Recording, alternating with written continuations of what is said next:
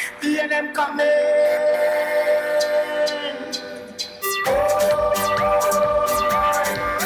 PNM coming.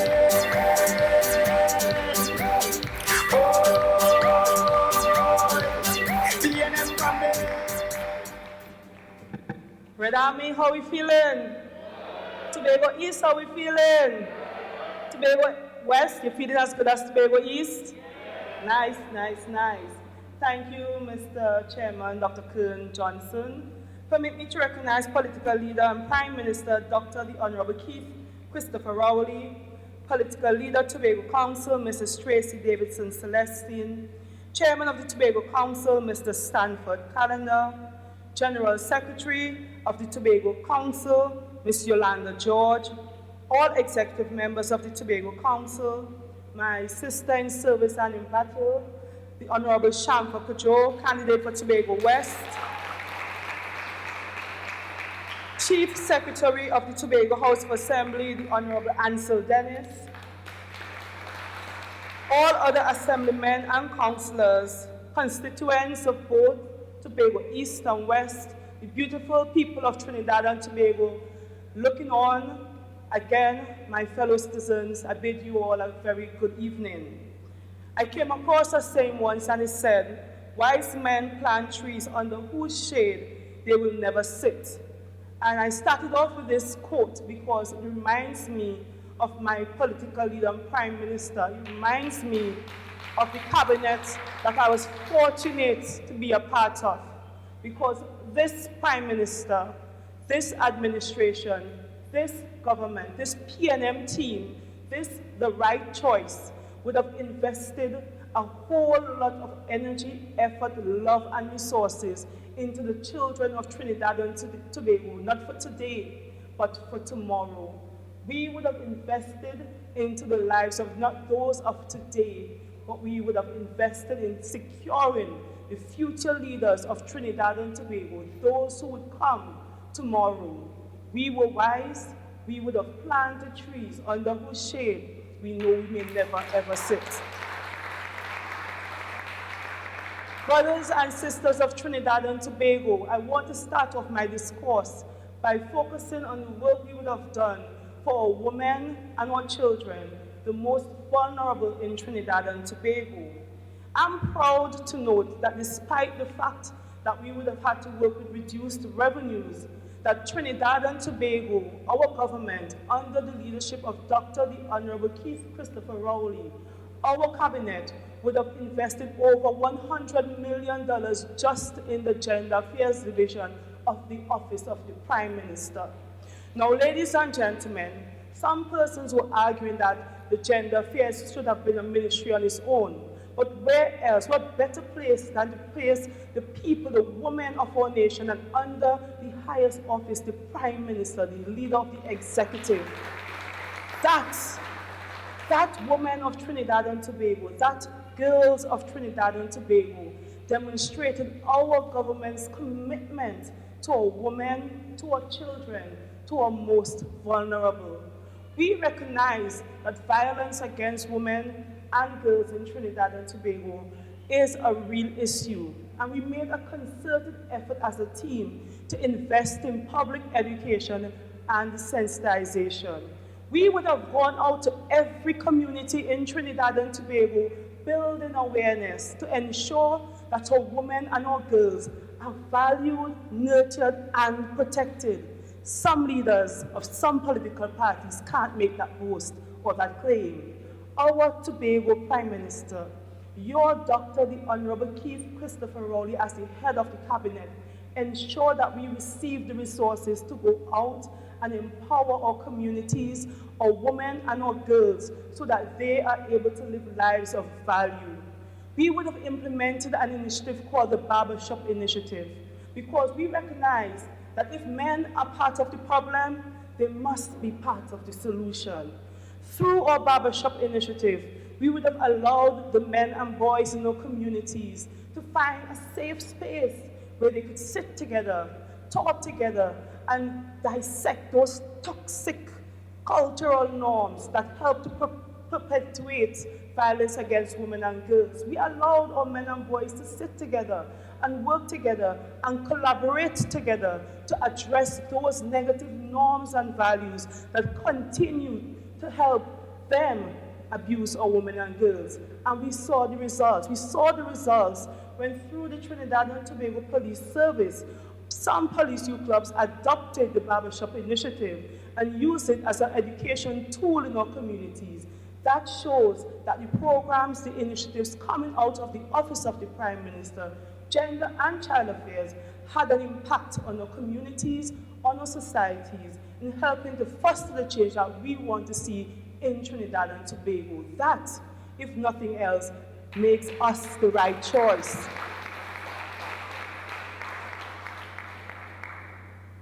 We very early on, after consultation, laid in our Parliament as a green paper the National Policy on Gender and Development, and used this policy to guide the work of the Office of the Prime Minister, Gender and Child Affairs.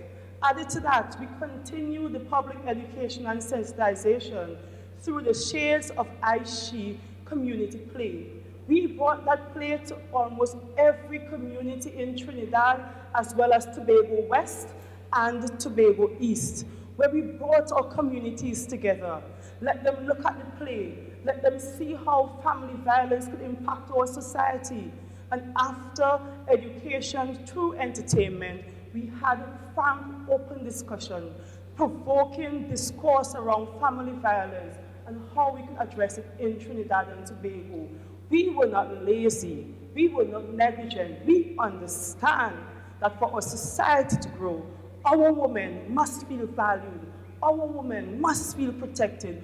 Our women and children must be nurtured. So we made the investment.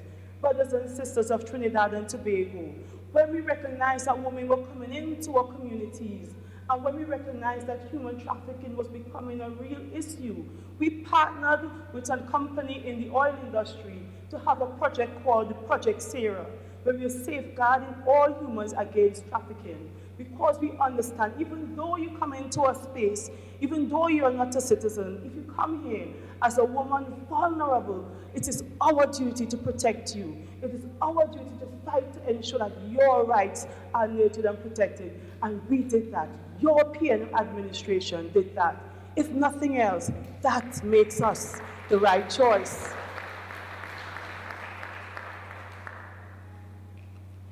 My brothers and sisters listening on, we were very committed to our nation's boys and our nation's girls. And that is why we would have rolled out the nation's first national child policy. And in rolling out that child policy, we would have looked at how could we collaborate across all sectors to ensure our boys and girls understand their rights and they understand the responsibilities that go along with those rights.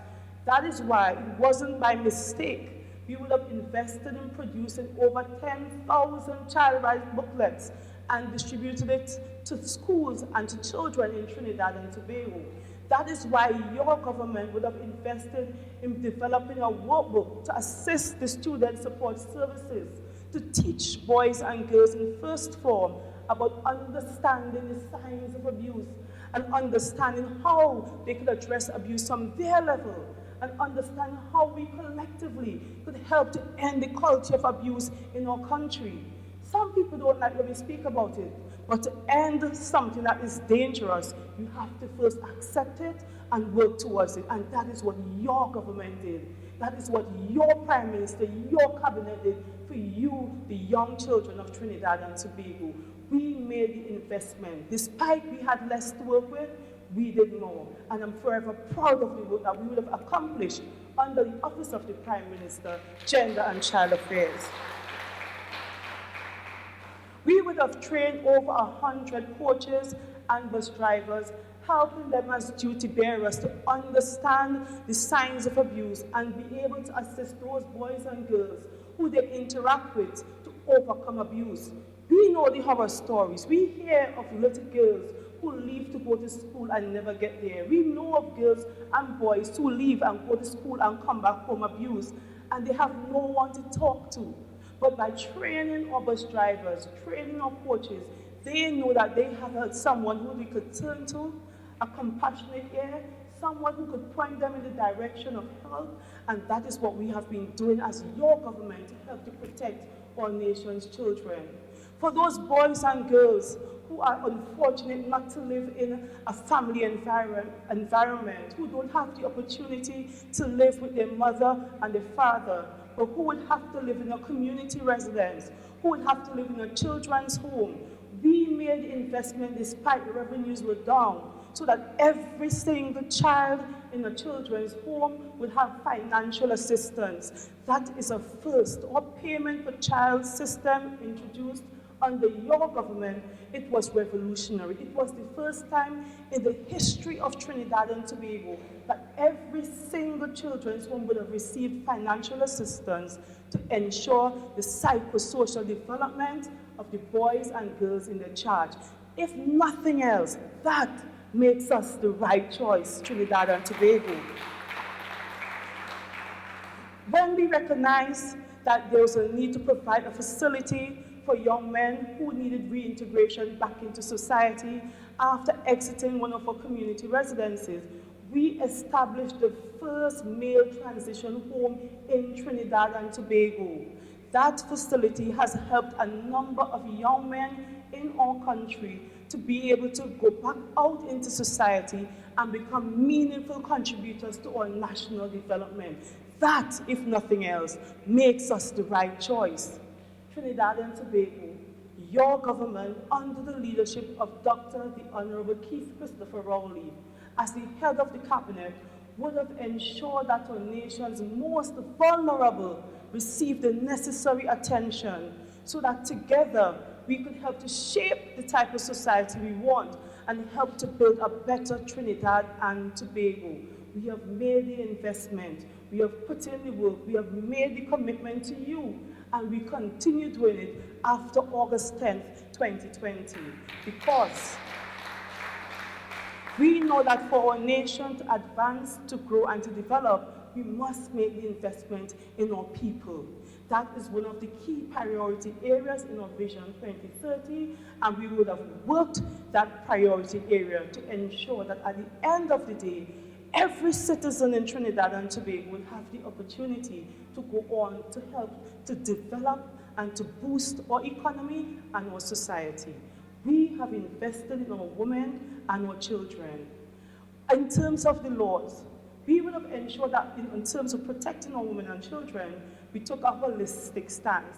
So we went into the parliament and we enacted laws to protect our vulnerable boys and girls. We ended child marriage. We ended child marriage after years. After years of a culture where little girls were exploited by older men, we ended child marriage to protect the virtue of our young girls and even those young men who would have fallen victim. We amended the Domestic Violence Act because we recognize that in order to further protect our women and our girls who are primary victims, we have to put the laws in place, and your government did that. We amended laws to ensure greater penalties for sexual perpetrators. We amended laws to ensure that anybody who violates a woman or child would face the full brunt of the law and that the victim would be able to get some kind of redress. Your government did that. Your PNM cabinet did that with the support of all our members of parliament on the government bench. We work for our nation's most vulnerable. So as I stand here tonight and I celebrate what we would have done for women and children under the Office of the Prime Minister, Gender and Child Affairs, I could say without fear of contradiction, we did more with less.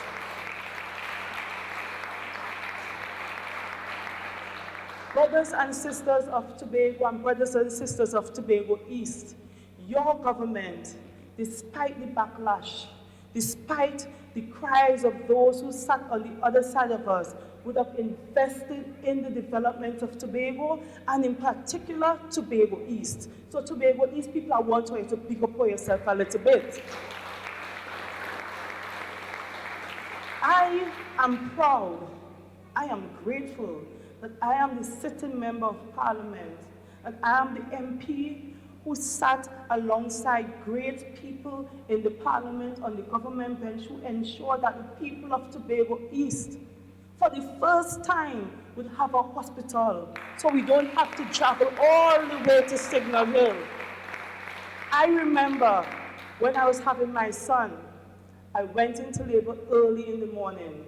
I was down to myself, got to the health center in Webster-Roy. The nurse examined me, she said, "What you doing here? Head straight up the fort." And on my way up the fort, I only prayed, "God, Father, let me make it in time." Ladies of Roxborough, Bexley, Soap, Talaford, Charleville, Speyside, the days for squeezing the legs and praying we make it on time would soon be over. That particular achievement is near and dear to my heart because I've lived it just like many of you ladies of Tobago East. I went through the uncertainty of knowing if I would get to the hospital on time. So when I advocated, it was on behalf of all of us, and we are seeing the fruits of the hard work. I remember as a little girl running up Station Hill to go to the police club meetings, and then coming back home to Tobago, seeing where our nurses' quarters was transformed into a temporary police station, and wondering, would the police station, the new police station for Roxborough, become a reality? Would the people of Roxborough be able to boast again that we are indeed the second town of Tobago with a state-of-the-art police station? People of Tobago East, people of Roxborough, your Tobago-born Prime Minister made that a reality. If nothing else, that makes us the right choice. I remember walking Charleville and walking the neighboring communities or Speyside. I remember interacting with fishermen in communities around Tobago East. And I remember the times when fishermen came to see me at the office of the Prime Minister, Central Administrative Services Tobago, talking about falling prey to pirates on the open seas, talking about people coming into our territorial waters and taking our catch. And I remember having discussions with the Minister of National Security. I remember putting it to our Prime Minister and asking for his support for us to have greater border patrols. And I felt proud as a Tobago East woman when the Honorable Stuart Young came to Charleville and launched 2 high-speed interceptors for the Trinidad and Tobago Coast Guard.